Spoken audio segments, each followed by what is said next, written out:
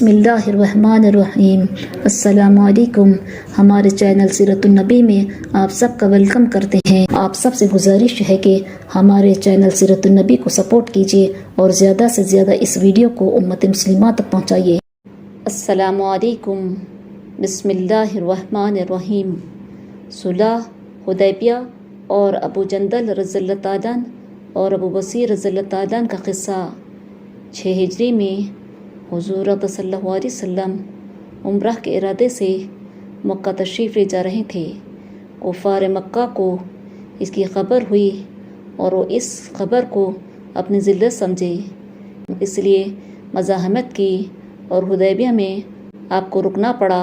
जाने सा साहबा रज़ियल्लाहु ताला साथ थे जो हुज़ूर सल्लल्लाहु अलैहि वसल्लम पर जान कुर्बान करना फ़ख्र समझते थे।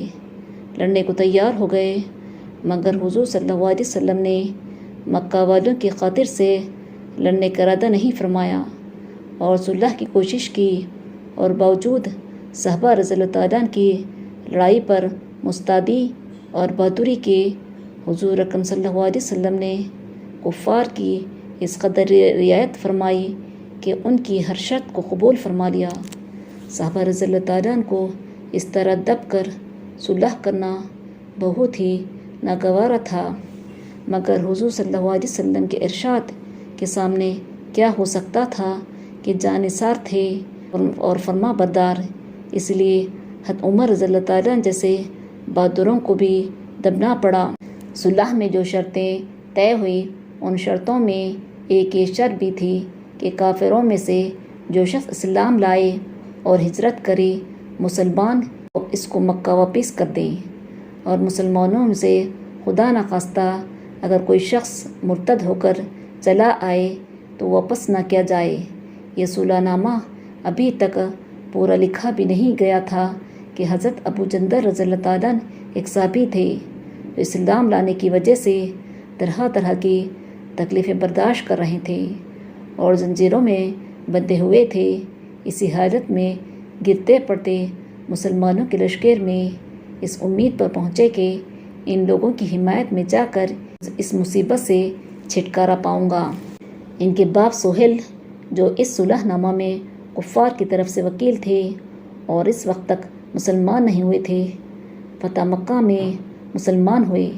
उन्होंने साहिबजादे के तमाचा मारे और वापस ले जाने पर इसरार किया। हुज़ूर सल्लल्लाहु अलैहि वसल्लम ने इरशाद फरमाया कि अभी सुलहनामा मरतब भी नहीं हुआ, इसलिए अभी पाबंदी किस बात की, मगर उन्होंने इसरार किया। फिर हुज़ूर सल्लल्लाहु अलैहि वसल्लम ने फरमाया कि एक आदमी मुझे मांगा ही दे दो, मगर वो लोग ज़िद पर थे, ना माना। अबू जंदल रज़ियल्लाहु ताला ने मुसलमानों को पुकार कर फरियाद भी की कि मैं मुसलमान होकर आया और कितनी मुसीबतें उठा चुका, वापस क्या जा रहा हूँ। उस वक्त मुसलमानों के दिलों पर जो गुज़र रही होगी अल्लाह ही को मालूम है, मगर हुज़ूर सल्लल्लाहु अलैहि वसल्लम के इरशाद से वापस हुए। हुज़ूर सल्लल्लाहु अलैहि वसल्लम ने तसल्ली फरमाई और सब्र करने का हुक्म दिया और फरमाया कि अनकरीब हक़ परेशान हो तुम्हारे लिए रास्ता निकालेंगे। सुलहनामा के मुकम्मल हो जाने के बाद एक दूसरे सहाबी अबू बसीर रज़ियल्लाहु ताला भी मुसलमान होकर मदीने मुनव्वरा पहुँचे। कुफ़ार ने उनको वापस बुलाने के लिए 2 आदमी भेजे। हुज़ूर सल्लल्लाहु अलैहि वसल्लम ने हसब वादा वापस फरमा दिया। अबू बसीर रज़ियल्लाहु ताला ने भी अर्ज़ किया कि या रसूलुल्लाह सल्लल्लाहु अलैहि वसल्लम, मैं मुसलमान होकर आया, आप मुझे कुफ़ार के पंजे में फिर भेजते हैं। आप सल्लल्लाहु अलैहि वसल्लम ने इनसे भी सब्र करने को इरशाद फरमाया और फरमाया कि इंशाअल्लाह अनकरीब तुम्हारे वास्ते रास्ता खुलेगा। ये सहाबी इन दोनों काफिरों के साथ वापस हुए। रास्ते में इनमें से एक से कहने लगे कि यार, तेरी ये तलवार तो बड़ी नफीस मालूम होती है। शेखीबाज आदमी ज़रा सी बात में ये फूल ही जाता है। वो नाम से निकाल कर कहने लगा कि हाँ, मैंने बहुत से लोगों पर इसका तजुर्बा किया। ये कहकर तलवार इनके हवाले कर दी। उन्होंने इस पर इसका तजुर्बा किया। दूसरा साथी ये देखकर एक ایک کو تو نمٹا دیا، اب میرا نمبر ہے۔ بھاگا ہوا مدینے آیا اور حضور اکرم صلی اللہ علیہ وسلم کی خدمت میں حاضر ہو کر عرض کیا کہ میرا ساتھی مر چکا ہے، اب میرا نمبر ہے۔ اس کے بعد ابو بصیر رضی اللہ تعالیٰ عنہ پہنچے اور عرض کیا کہ یا رسول اللہ صلی اللہ علیہ وسلم، آپ اپنا وعدہ پورا فرما چکے کہ مجھے واپس کر دیا، اور مجھ سے کوئی عہد ان لوگوں کا نہیں ہے، جس کی ذمہ داری ہو وہ مجھے میرے دین سے ہٹاتے ہیں، اس لیے میں نے یہ کیا۔ حضور صلی اللہ علیہ وسلم نے فرمایا کہ لڑائی بھڑکانے والا ہے، کاش کوئی اس کا معین مددگار ہوتا۔ وہ اس کلام سے سمجھ گئے کہ اب بھی اگر کوئی میری طلب میں آئے گا تو میں واپس کر دیا جاؤں گا، اس لیے وہاں سے چل کر سمندر کنارے ایک جگہ آ پڑے۔